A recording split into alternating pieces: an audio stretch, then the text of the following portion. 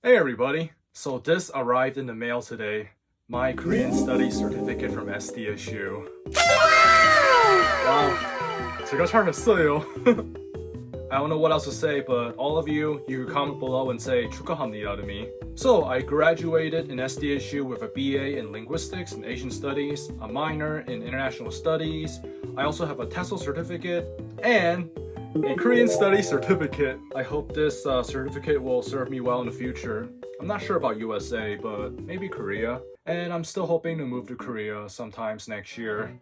Depends how COVID is going to be next year. Corona, gojo. Anyways, getting this Korean Studies certificate, it was pretty easy actually. The required courses are 2 advanced level Korean language classes and 2 classes on Korean studies. The ones that I took were Korean civilization and Korean media.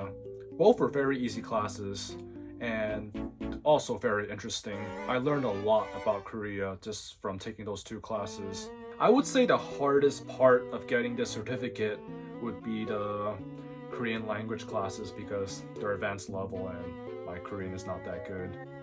You know, speaking of that, I'm not sure if I really deserve this certificate because my Korean still sucks. I mean, every time I make a video in Korean, I would always introduce myself as 한국어 잘못하는 방문관. Well, I'll just look at it this way. I'll use this as my motivation to continue on studying hard to improve my Korean. Hopefully soon my Korean will be more 유창하게. Wow, I did it! I did it! You know, back in high school, I never thought I would begin learning Korean. In fact, I never thought I would make it this far. Back in high school, I was studying Japanese, and I only wanted to learn Japanese and anything that's related to it. I remember sophomore year, one of my friends came up to me in Japanese class and said, "Why don't you try learning Korean?" And my response was, I don't think I ever want to learn Korean in my life. But, oh my gosh, I forgot how to speak Japanese because I began learning Korean. However, I still hope someday I will pick up Japanese. So how did I begin learning Korean? I bought a small Lonely Planet dictionary and every day I try to remember as much words as possible and it was not easy. I kept comparing on how different it is from Japanese and I gave up several times because I had a hard time pronouncing some words.